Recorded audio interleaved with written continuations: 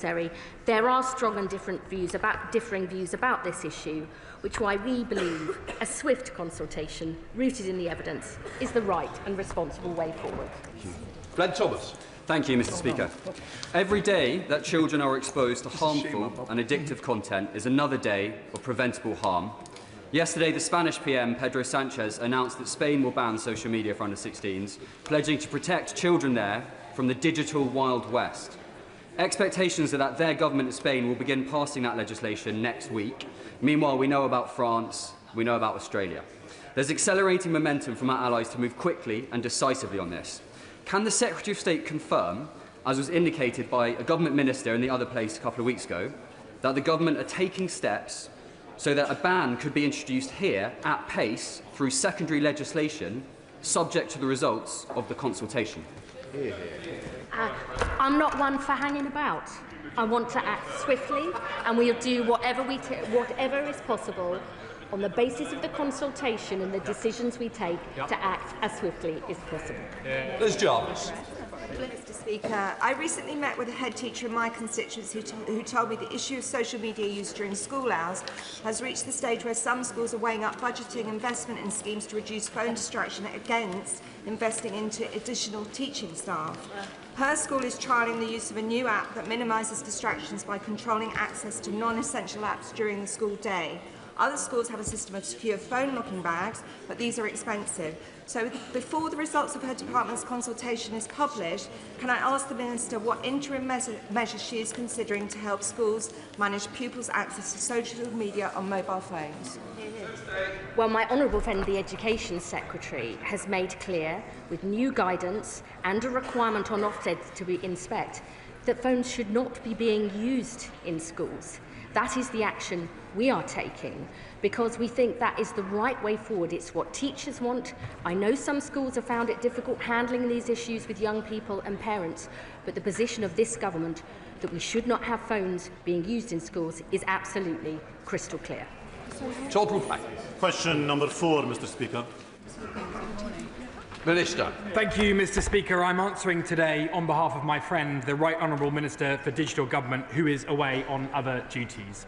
As of September 2025, over 1.3 million premises in rural and hard-to-reach communities across the UK have already been upgraded to gigabit-capable broadband through government-funded programmes. Over 1 million premises are included within the £2.4 billion worth of signed Project Gigabit contracts. This includes a £175 million contract with Openreach to deliver gigabit-capable broadband across Scotland, including approximately 8,300 premises in my honourable friend's constituency. Right. Thank you, Mr. Speaker. The figures are impressive, but 10% of constituents in the Western Isles can't get more than 10 megabits a second.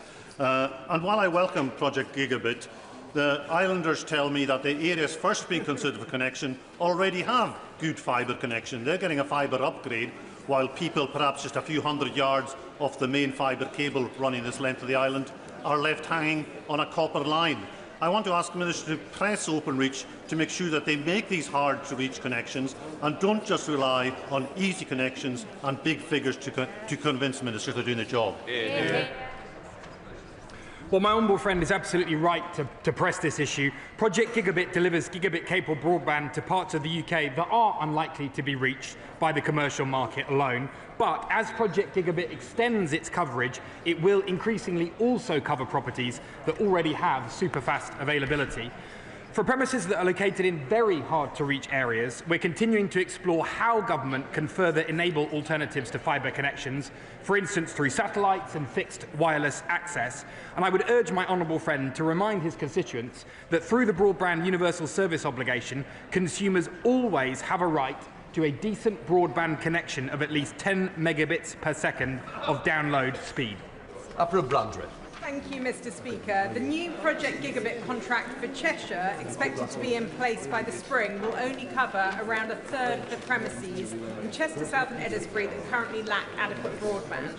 I've raised this issue repeatedly, but still without a clear answer. So can the Minister now set out what specific plans exist for the remaining 10,000 homes and businesses, mostly in rural areas, that are not included in this new contract, and when those premises can realistically expect to be connected? Well, as I said to my honourable friend, we are looking at the moment about how to further enable alternatives to fibre access, for instance through satellites and things like fixed wireless access. I'm sure my friend, the Minister, would be happy to meet with the member to discuss the specific issues in her constituency, as he would with my honourable friend, the member on my side. Jess Brown-Fuller. Question number 5, Mr. Speaker. Minister. Thank you, Mr. Speaker. With your permission, I should like to answer questions 5, 6 and 12 together. Mr. Speaker, with groundbreaking steps in the Online Safety Act, we are protecting children from illegal and harmful content online. This Secretary of State's first step was to make sure that self-harm and suicide content were made priority offences. We have legislated to criminalise the depiction of strangulation in pornography. We have legislated to criminalise the creation of non-consensual intimate images. We have made those priority offences. We have now launched a short consultation to protect children's experiences online. Under this government, Mr. Speaker, children's well-being is put right at the heart of our decisions. Jess Brown-Fuller. Mr. Speaker, I thank the Minister for his answer. The Online Safety Act was intended to protect children and teenagers from harmful social media content.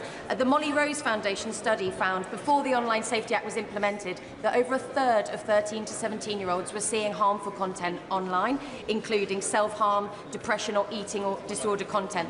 Young people in my constituency are telling me that they are still seeing this content. So will the Minister commit to publishing a report examining whether the Online Safety Act is meeting its stated aim of keeping children safe online while we wait for the government's response to their own consultation? Minister. Well, can I thank the honourable member for bringing a really important point. I've engaged very deeply and frequently with the Molly Rose Foundation on this and wider concerns. We continue to make sure that the monitoring and evaluation of the Online Safety Act's implementation is in progress. I'm engaging regularly on it. I'd be happy to continue the conversation. Catherine Atkinson. Thank you, Mr. Speaker. I've heard from many parents in Derby who want to know that when their children go online, they're properly protected, not left exposed to harmful content or addictive design features. But I've also spoken to many young people who are also concerned about what they face online. So can the Minister set out how, in addition to listening to the voices of children and organisations representing children and bereaved families, which is vital, we put children and young people at the heart of this national conversation and ensure that their voices are heard too? Absolutely right. Well, can I firstly pay tribute to my honourable friend for the depth and breadth of her advocacy for the people of Derby in particular. Mr. Speaker, I can confirm that I'd be delighted to make sure that we continue the conversation with young people. I was at a school last week, I'm going to be at a school this week, and I commit to the House with the Secretary of State that we will continue to put young people at the heart of all our decisions. Andy Mills.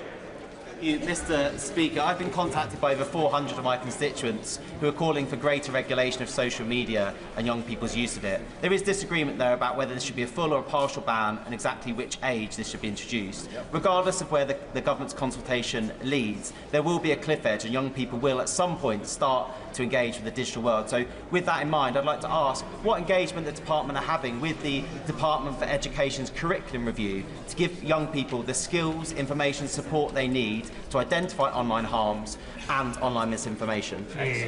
Well, our honourable friend is absolutely right, Mr. Speaker. Regulation is one part of it, but at the heart of it, media literacy education is the fundamental thing that we're focused on as well. We're engaging very closely with the Department for Education on a media literacy aspect of the national curriculum to make sure that our young people are able to spot misinformation, disinformation, and be prepared to make the most of online experiences. Mr. Speaker, further to the question put to the Secretary of State earlier by the Chairman of the Select Committee, my teenage informant tells me that if you ask it the right question, most US-based search engines will tell you how to access the dark web. That is clearly undesirable. What are we doing to stop it? Well, I thank the honourable member for that point. We are looking very closely, of course. Already under the Online Safety Act, platforms have the responsibility to make sure young people are not able to access harmful content, and in particular in relation to wider access methods, whether that be VPNs or beyond. We're looking very closely at the patterns of behaviour. We have been so far pretty successful. After an initial spike in the use of some of those platforms, we've seen a levelling off. I hope very much that continues. We will continue to monitor it. That term in topicals. Topical number 1, please, Mr. Speaker. Mr. Speaker, we are in a race for the future, and this government is determined to seize the opportunities of AI to win for Britain and the British people. Last week, I announced our Lanarkshire AI Growth Zone, creating 3,400 jobs. On Monday, I announced Barnsley will be the UK's first tech town. And we've announced free AI skills for all, because if we want AI to work for Britain, we need Britons who can work with AI. Thank you, Mr. Speaker, and I thank my right honourable friend for her response. This Labour government is making great strides at deploying digital technologies to provide access to public services and bring them bang up to date. Will my right honourable friend please outline how this will benefit the residents in my constituency of Watford, while also offering some reassurance to those non-digital natives that they will still be able to access the public services they need? My honourable friend has always been a powerful champion for the good people of Watford. This government is determined to make sure national and local public services are more easily accessible online through things like the NHS app, getting your driving licence online, and information about your benefits. But we are really concerned about those without digital skills. That's why we launched the first digital inclusion plan in a decade, including free digital skills training, which the honourable members' constituents can take advantage of. Julie Lopez, Shadow Secretary of State. Thank you, Mr. Speaker. Amid the utter muckstorm of this week, it's World Cancer Day, when we should be thanking our incredible scientists whose breakthroughs give hope to patients at their lowest ebb. Does the Secretary of State think that her government should charge VAT on medicines being supplied to those patients for free? I am very proud that this government has today announced its proposals to improve cancer care for people right across the country. It is absolutely essential that we get more people access to faster, better services. And I have always believed that we need to do that in the way that is fairest possible for people, and to back our great scientists to make even more improvements in future, which is why I'm so proud of our life sciences sector plan alongside the 10-year NHS plan. Julie Lopez. Mr. Speaker, I didn't uncover any answer there. Charities and life sciences firms are telling me that this government has begun issuing tax bills on free drugs, such that one company is stopping a compassionate access scheme and withdrawing 2 critical cancer drugs, and more could follow suit. That is a disaster for patients, a disaster for securing clinical trials, and a disaster for this government's cancer strategy. Will she commit, with the Chancellor, to stopping these bills as a matter of urgency for the sake of patients and for the sake of our vital life sciences industry? I would say to the honourable lady, thanks very much for that, Chair. I would say to the honourable lady, this government is transforming life sciences in this country with the biggest investment ever into research and development, a 10-year NHS plan that will radically reduce the time for drugs getting to clinical trials, and ensuring that our pharmaceutical sector has a proper deal, including with the NHS. That's how we get better services to patients, and I'm proud of this government's record. James Assar. Thank you, Mr. Speaker. The London Design and Engineering UTC in the Royal Docks has just received an outstanding Ofsted, including commendation for the way they prepare students for the next stage of employment. Does the Secretary of State agree with me that this industry-level offer of resources and training at this stage in education is vital if we're to have thriving STEM sectors?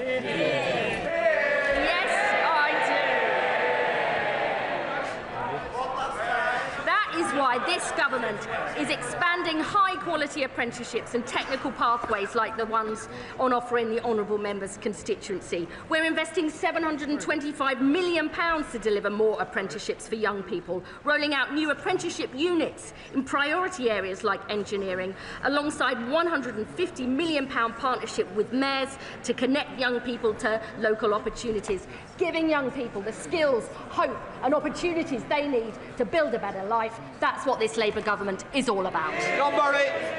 Thank you, Mr. Speaker. Despite all that President Trump is doing to wreck global stability, our government still spends billions a year on digital technology contracts, including with US tech giants. Will the Secretary of State immediately put together a UK digital sovereignty strategy to build our resilience and security as France and Germany are doing? Well, we are already investing £500 million in our sovereign AI unit to back our brilliant AI entrepreneurs and start-ups, because we believe more competition in this area is good for Britain and good for the world.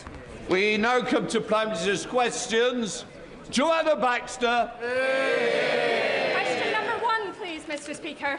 Prime Minister.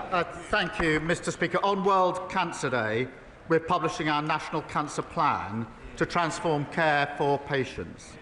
It means investment in cutting-edge technology so our exceptional frontline staff can give world-class care. It funds more tests and scans, meaning faster diagnosis and treatment, and tailored treatment in specialist centres. And, Mr. Speaker, we'll cover the cost of every family whose child needs travel for cancer care, because the focus should only be on recovery, not worrying about money. This morning I had meetings with ministerial colleagues and others. In addition to my duties in this House, I shall have further such meetings later today. Baxter. Thank you, Mr. Speaker. Up and down the country, this government is restoring pride in place by investing in our high streets, the beating heart of our communities.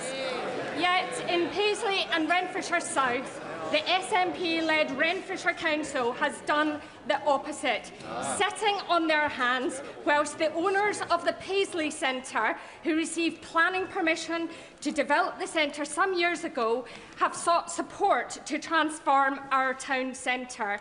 Does the Prime Minister agree with me that it is only the SNP's lack of ambition and failure of leadership that is letting Paisley down, and will he work with me to restore pride in Paisley's town centre? She's a superb champion for Paisley. Her constituents deserve a Scottish Government that matches her dedication. Mr. Speaker, for our part, we've delivered record funding settlement. We're investing £280 million in Pride in Place across 14 Scottish communities. We've secured shipbuilding on the Clyde for over a decade and just announced an AI growth zone in Lanarkshire. The choice, Mr. Speaker, is clear. A third decade of failure under the SNP or real change for Scotland under Anas Sarwar. Leader of the Opposition, Kemi Badenoch. Thank you, Mr. Speaker. The whole House will be disgusted by the latest revelations about Jeffrey Epstein. All of us want to see his victims get justice. But the political decision to appoint Epstein's close associate, Peter Mandelson, as Britain's ambassador to Washington goes to the very heart of this Prime Minister's judgment. When he made that appointment, was he aware that Mandelson had continued his friendship even after Epstein's conviction for child prostitution? Simple question. Mr. Speaker, let me start where I must, with the victims of Epstein, and all of our thoughts are with them. Can I also say our thoughts are with all those who lost jobs, savings and livelihoods in the aftermath of the 2008 financial crash. To learn that there was a cabinet minister leaking sensitive information at the height of the response to the 2008 crash is beyond infuriating. And I am as angry as the public and any member of this House. Mandelson betrayed our country, our Parliament and my party. Mr. Speaker, he lied repeatedly to my team when asked about his relationship with Epstein before and during his tenure as ambassador. I regret appointing him. If I knew then what I know now, he would never have been anywhere near government. And that is why, Mr. Speaker, yesterday the Cabinet Secretary, with my support, took the decision to refer material to the police, and there is now a criminal investigation. I've instructed my team to draft legislation to strip Mandelson of his title and wider legislation to remove disgraced peers. And this morning, I've agreed with His Majesty the King that Mandelson should be removed from the list of Privy Councillors on grounds that he's brought the reputation of the Privy Council into disrepute. Kemi Badenoch. Mr. Speaker, I asked the Prime Minister a very specific question. Did he know that Mandelson had continued his friendship with Epstein after the conviction? He says if he knew then what he knows now, but he did know. In January 2024, a journalist from the Financial Times informed the Prime Minister that Mandelson had stayed in Epstein's house even after that conviction for child prostitution. So did the Prime Minister conveniently forget this fact, or did he decide it was a risk worth taking? Prime Minister. Well, Mr. Speaker, as the House would expect, we went through a process. There was a due diligence exercise, and then there was security vetting by the security services. What was not known was the depth, the sheer depth and extent of the relationship. He lied about that to everyone for years. And new information was published in September showing the relationship was materially different to what we'd been led to believe. When the new information came to light, I sacked him. But we did go through a due diligence exercise. The points that are being put to me were dealt with within that exercise. In response to the humble address this afternoon, I intend to make sure that all of the material is published. Mr. Speaker, the only exemptions are national security, if it prejudice national security. My first duty is obviously to keep this country safe. And when we drafted humble addresses, we always put an exemption for national security. But also anything that will prejudice international relations. Mr. Speaker, you in the House will appreciate that in the course of discussions country to country, there are very sensitive issues of security, intelligence and trade which cannot be disclosed without compromising the relationship between the two countries or a third country. Mr. Speaker, so that I can be totally open with the House, I should also disclose that the Metropolitan Police have been in touch with my office this morning to raise issues about anything that would prejudice their investigations. We're in discussion with them about that, and I hope to be able to update the House, but I do think I should make that clear to the House at this point, because those discussions are ongoing. Shall I clear that up? I'm going to come to the humble address in a moment, but the Prime Minister cannot blame the process. He did know. It was on Google. If the Conservative Research Department could find this information out, why couldn't Number 10? On the 10th of September, when we knew this, I asked him at that dispatch box, he gave Mandelson his full confidence at that dispatch box, not once, but twice. He only sacked him after pressure from us. I am asking the Prime Minister something very specific, not about the generalities of the full extent. Can the Prime Minister tell us, did the official security vetting he received mention Mandelson's ongoing relationship with the paedophile Jeffrey Epstein? So clear. Prime Minister. Yes, it did. As a result, various questions were put to him. I intend to disclose to this House all of the national security, prejudice to international relations on one side. I want to make sure this House sees the full documentation, so it will see for itself the extent to which time and time again Mandelson completely misrepresented the extent of his relationship with Epstein and lied throughout the process, including in response to the due diligence. Kemi Badenoch. Mr. Speaker, I think it is shocking what the Prime Minister has just said. How can he stand up there saying that he knew, but he just asked Peter Mandelson if the security vetting was true or false? This is a man who had been sacked from cabinet twice already for unethical behaviour. That is absolutely shocking. And that is why later today, my party will call on the government to release all documents relating to Mandelson's appointment, not just the ones the Prime Minister wants us to see. Because this government is trying to sabotage that release with an amendment to let him choose what we see, the man who appointed Mandelson in the first place. Labour MPs now have to decide if they want to be accessories to his cover-up. Can the Prime Minister guarantee that he won't remove the whip if they refuse to vote for his whitewash amendment? Prime Minister. Mr. Speaker, the first exemption is in relation to anything that could compromise national security. That is not a small matter, and many members on the benches opposite will know precisely why that needs to be in the exemption. When we were drafting humble addresses, when we were sitting over there, we always made sure that exemption was in because we knew how important it was to the then government.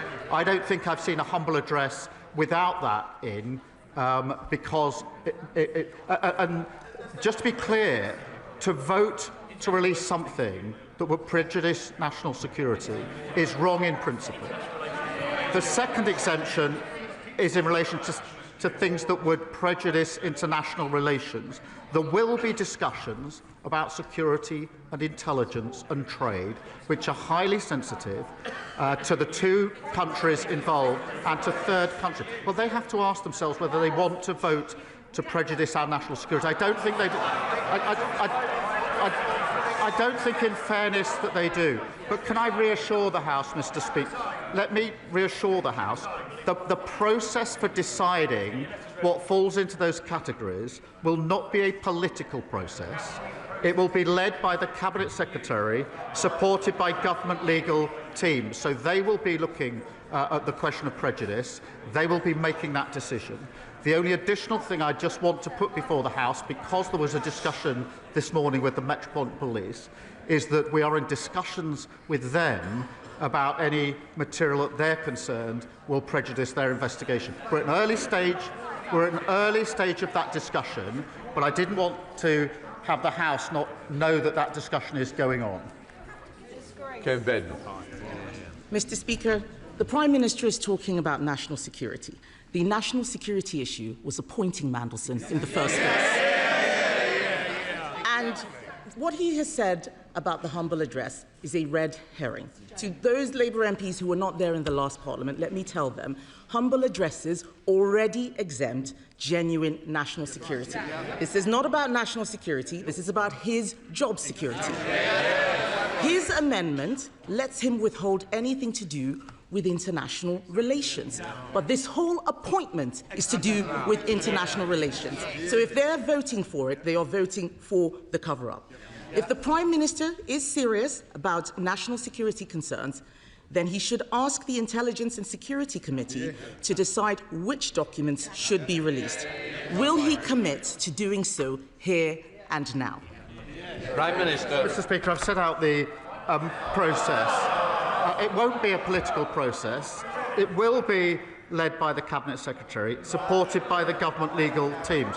But I'm pleased that she, I think, now accepts that at least the first exemption that we've written in to the amendment to the petition is the right amendment in relation to prejudice national security. But she and others behind her will understand that because of the breadth of what's asked for, and we're doing everything we can to make sure this is fully transparent and disclosed, but she and those behind her will understand from their own experience in government the sensitivity of information about security and intelligence and trade relations that are inevitably caught in exchanges of the nature that have been asked for. And it is right that anything that prejudices, not touches on, prejudices international relations is protected within the disclosure. Kemi Badenoch. If that was really the case, then he wouldn't mind if the ISC had a look. And let's be clear, he says the Cabinet Secretary makes it non-political, but that doesn't make it independent. What we want is an independent look. The ISC is independent. The Cabinet Secretary works for him. We know that there will be a cover-up because this implicates the Prime Minister and his Chief of Staff, Morgan McSweeney, a protege of Peter Mandelson. The Prime Minister chose to inject Mandelson's poison into the heart of his government on the advice of Morgan McSweeney. His catastrophic lack of judgment, telling us now that he did know, has harmed the special relationship. It has endangered national security. It's not the humble address, it's him. It's compromised our diplomacy, and it has embarrassed our nation. After all of this, does he have the same full confidence in Morgan McSweeney that he had in Peter Mandelson? Prime Minister. Morgan McSweeney is an essential part of my team. He helped me change the Labour Party and win an election. Of course I have confidence in him. But, Mr. Speaker, whatever is slung across this dispatch box, I don't think it's right for the Cabinet Secretary to be denigrated in that way and to suggest that he would be involved in a cover-up. There's the politics that comes over the dispatch boxes, but I honestly don't think it's right to impugn the Cabinet Secretary in that way. And I suspect in their heart of hearts, many on those benches would agree. Mr. Speaker, I'm as angry as anyone about what Mandelson has been up to. The disclosures that have been made this week of him passing sensitive information at the height of the response to the 2008 financial crash is utterly shocking and appalling.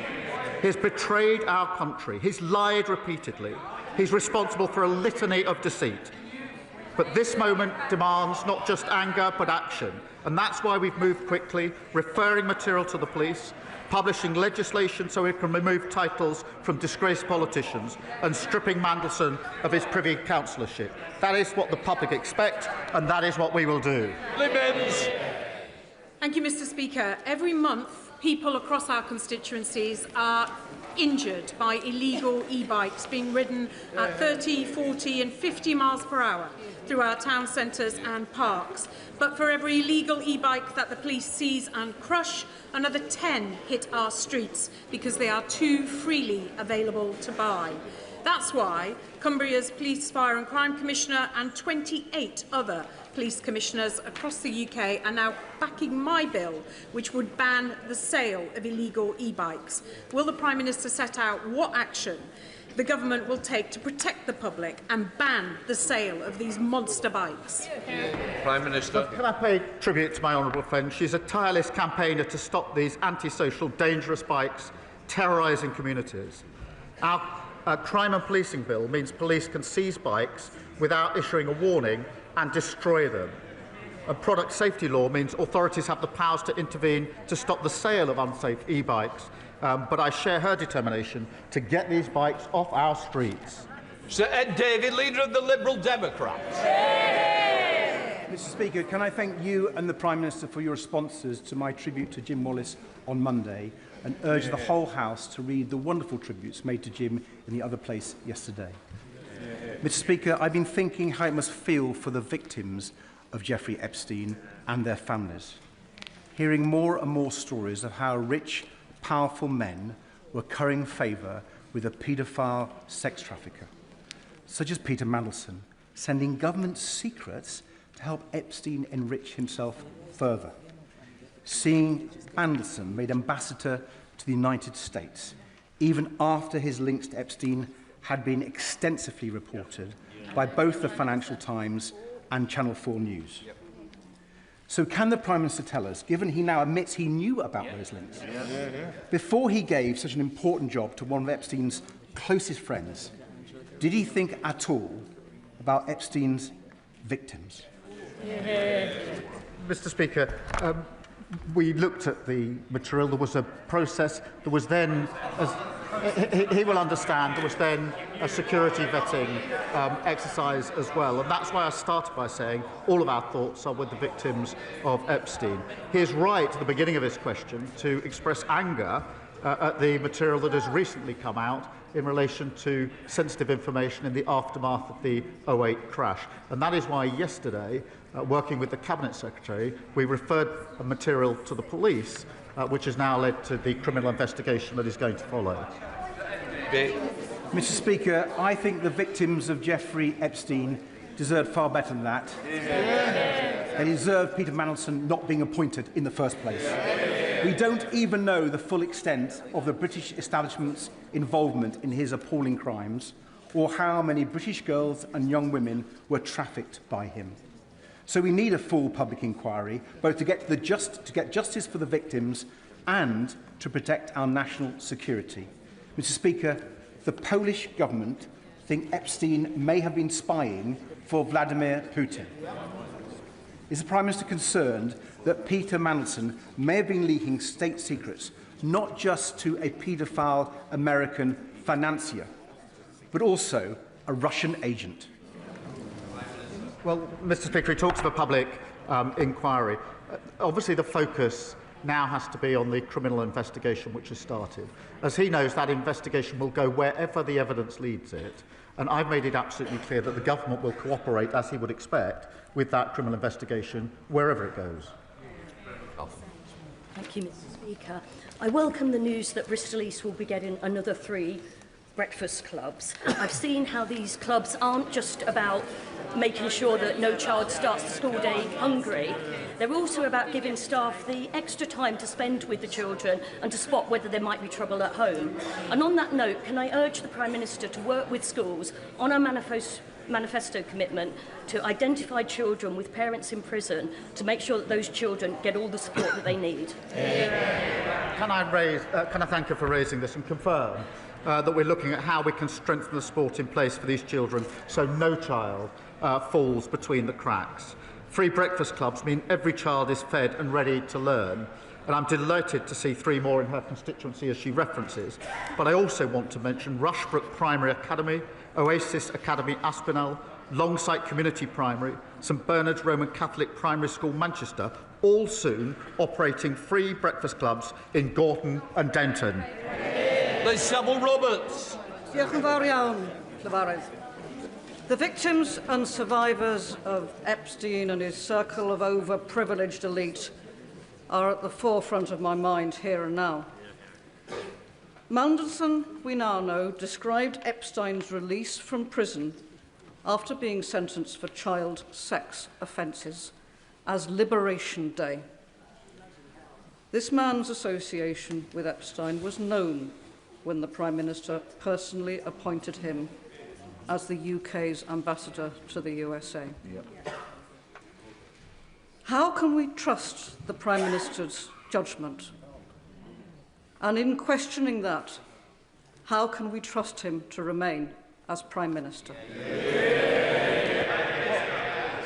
Can I join her in the disgust in the comments that she just read out? But to be absolutely clear, the scale and the extent of the relationship between Mandelson and Epstein was not disclosed. On the contrary, it wasn't just not disclosed. Mandelson lied throughout the process and beyond the process. He lied, and he lied again to my team. Luke Charters. Speaker, an EU agri-food deal would boost exports and cut supermarket prices. The CBI backs it, and according to Best for Britain's polling, 62% of the public do. But surprise, surprise, Reform oppose it. I thought the member for Ashfield wanted 30p food.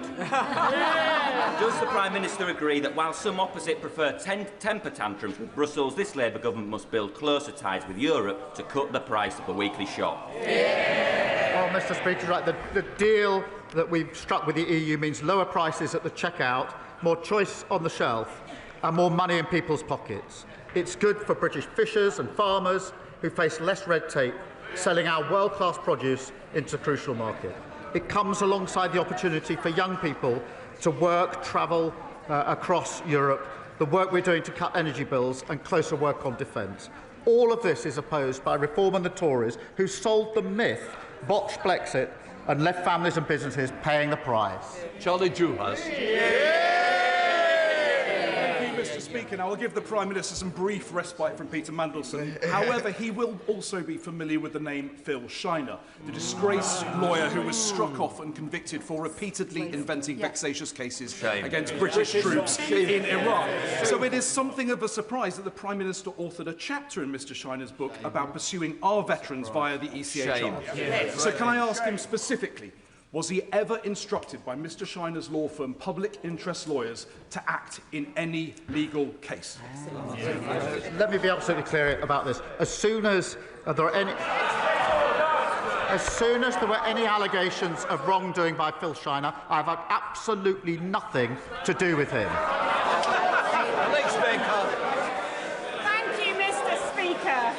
In Aldershot and Farnborough this year, we are looking forward to hosting the National Celebrations for Armed Forces Day in the home of the British Army. Businesses in my community welcome this government's record investment in defence in the years ahead, but our banks still struggle to lend to defence companies because of international regulations.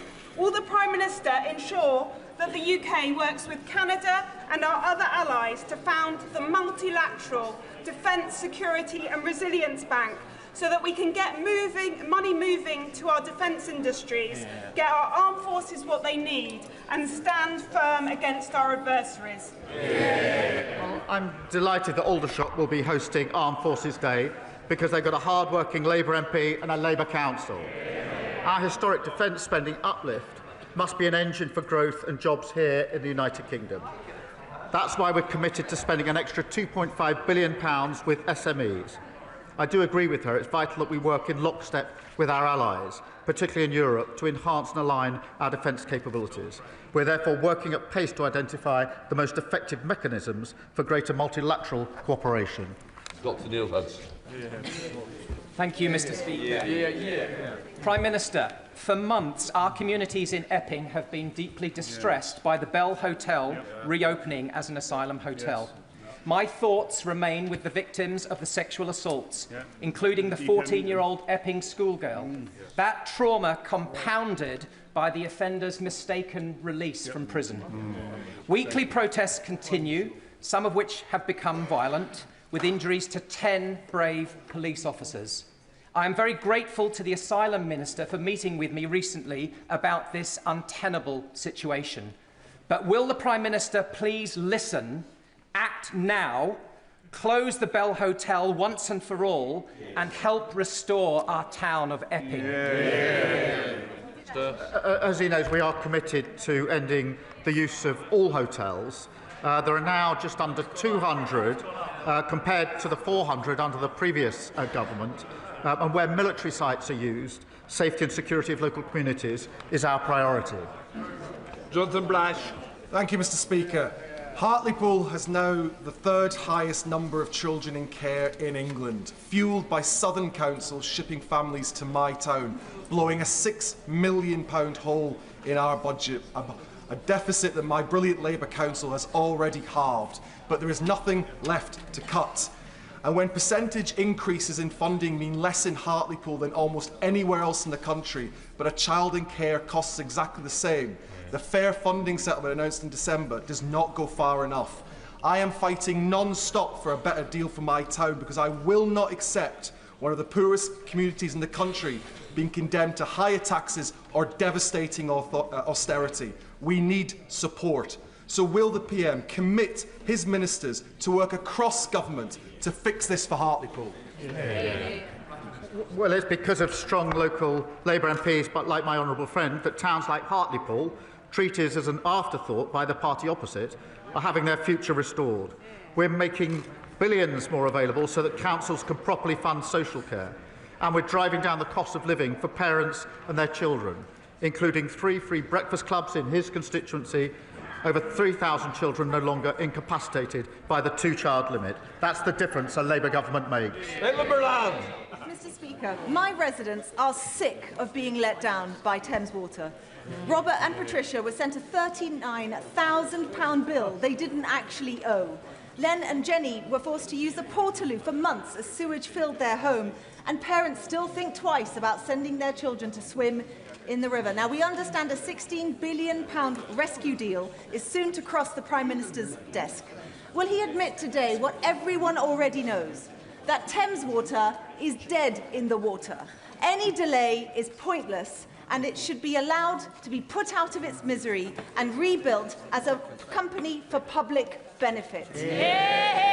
Well, can I thank her for raising that, and I know how much and important it is for her constituents. We have taken measures in relation to strengthening oversight and the control that we have. We won't hesitate to go further, and I'll make sure she gets a meeting with the relevant minister to discuss.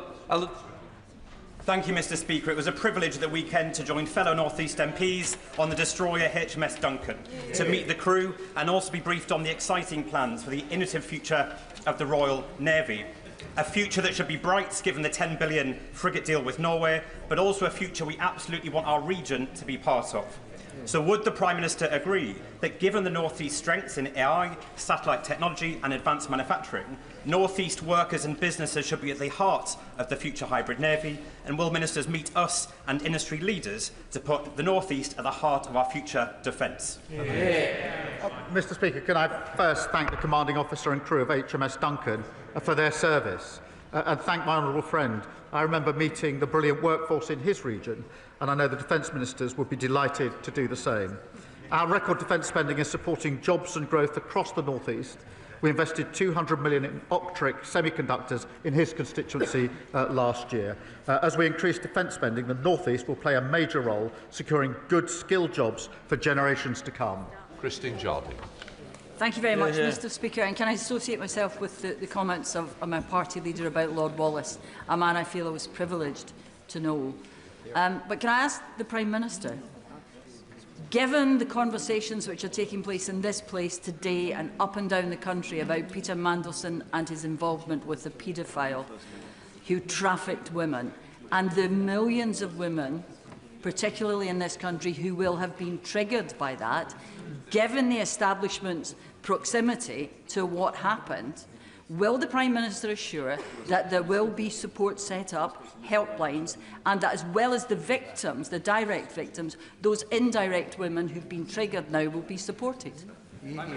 Well, she's right to raise this, and obviously we'll support the police on the one hand with their investigation, but also we will press on with our work to halve violence against women and girls, which is very much about putting the support in place that is needed for all victims of violence.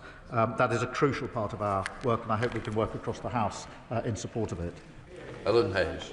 Thank you, Mr. Speaker. I'm proud that Labour MPs voted yesterday to remove the two-child limit and lift 400,000 children out of poverty. But child poverty cannot be eradicated while children are living in overcrowded temporary accommodation without their own bed or anywhere to do their homework. So will the Prime Minister commit to urgent and persistent action to drive down the use of temporary accommodation, ensuring that our councils, including my councils of Lambeth and Southwark, have the funding they need in the final local government finance settlement next week? Well, can I join her in the pride in voting to remove 500,000 children from poverty and lift them out of poverty after hundreds of thousands were plunged into poverty by the party opposite when they were in government. On the point she raised about temporary accommodation, she's right that every child deserves a safe, warm and secure home. We're investing a record £3.5 billion in homelessness services and £950 million in local authority housing fund to deliver better quality temporary accommodation. Mr. Speaker, how we answer SEND families' call for justice will measure who we are.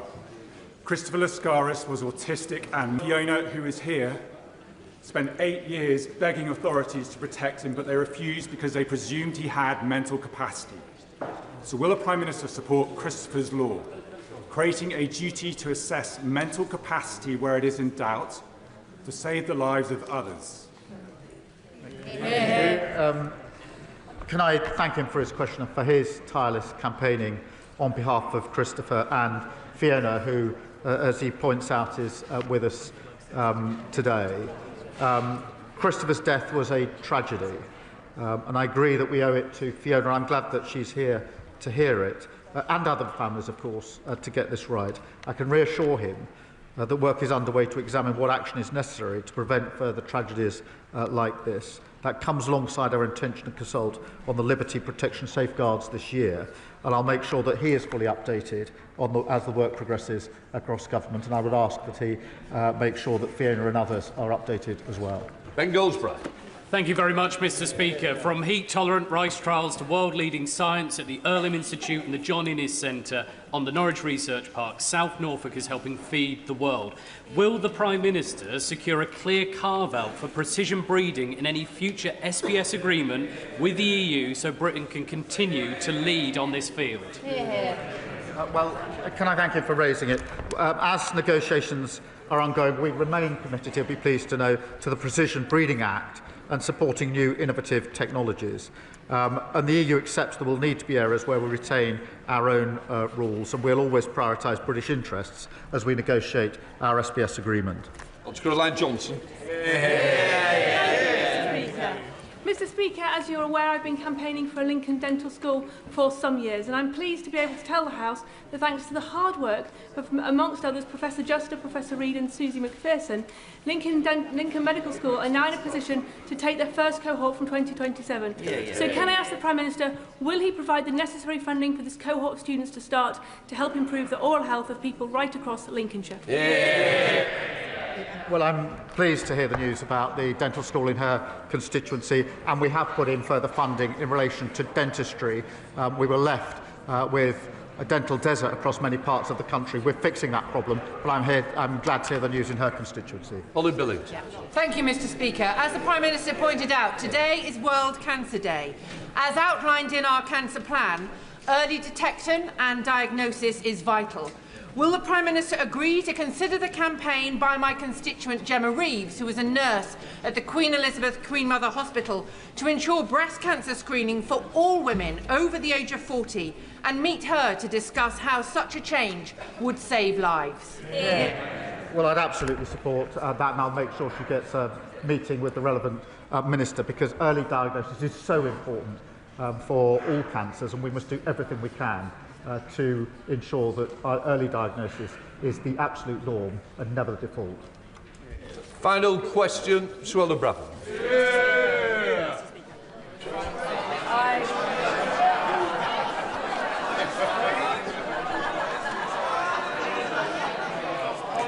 She's mute. Give her a moment. Thank you, Speaker. I recently met one of the bravest women I know. Elizabeth was 14 when she was raped in Rotherham. She is one of the survivors of the rape gangs, one of the biggest national scandals in our history. Whilst her first rapist was convicted and sentenced, Ashgar Bostan, she was subsequently, shockingly, allegedly abused by police officers serving in South Yorkshire Police. One of those officers remains on active service today. Elizabeth made complaint through Operation Linden. None of them were followed up. She rightly feels betrayed and failed by the very institution designed to protect her. Will the Prime Minister meet with Elizabeth, rape gang survivors and myself to commit that those who committed and covered up these abhorrent offences are put behind bars where they belong? Well, I'm deeply concerned about the facts she's just outlined, and if she could give us all the details of that, I'll make sure that there is a relevant meeting and follow-up in relation to those concerns. Point of order, Sir David Davis. Thank you, Mr. Speaker. Today's debate will focus on Mandelson and his relationship with the paedophile Jeffrey Epstein. However, it will not cover his relationship with another alleged paedophile, murderer, gangster, specialist in bribery and corruption, and Putin favourite, Oleg Deripaska, a relationship that may be just as bad as that with Epstein. As European Trade Commissioner, Mandelson made decisions favouring Deripaska's company by $200 million a year. Mandelson avoided proper investigation by lying about the timing of his relationship with Deripaska. Mr. Speaker, how can we find out what investigations were carried out before Gordon Brown and his government appointed Mandelson as a minister? Do you agree this House needs to see this information? If so, how can we obtain it? Yeah. What I would say is, Luke, this is a very experienced member, and I know he'll pursue this through the many avenues, and I know there is a debate later in which he may wish to catch the chair's eye in order to raise these issues. These are very serious issues that he's raised, and this will be taken seriously, and I'm sure that the front bench has heard it as well. I will leave it at that. Mr. Speaker, please. Point of order. Thank you ever so much, Mr. Speaker. The Prime Minister said that in each humble address that his party laid in opposition, they mentioned national security. Mr. Speaker, the Prime Minister has left. However, I have checked the two most recent humble addresses laid by the Labour Party when they're in opposition, and all members on those benches should be very aware the words national security do not feature even once, because it is not necessary in a humble address. So, Mr. Speaker, how do we get the Prime Minister to correct the record when he's just chosen to leave the room? Don't be ridiculous. Can I just say to you, you put it on the record. I don't want to continue the debate, but you put it on the record, so it's there. Right. Thank you very much, Mr. Speaker. Now, the Prime Minister, in response to me just now, appeared to deny ever being instructed by disgraced lawyer Phil Shiner. Yet I have here the 2007 case of Al Jeddah versus the Secretary of State for Defence, where it quite clearly says appellants instructed by public interest lawyers include one Keir Starmer QC. Perhaps the Prime Minister might want to return to the House and clarify his earlier remarks. I'm not here to continue a debate. You put it on the record, we will leave it at that. Right. We'll let the front benches change over.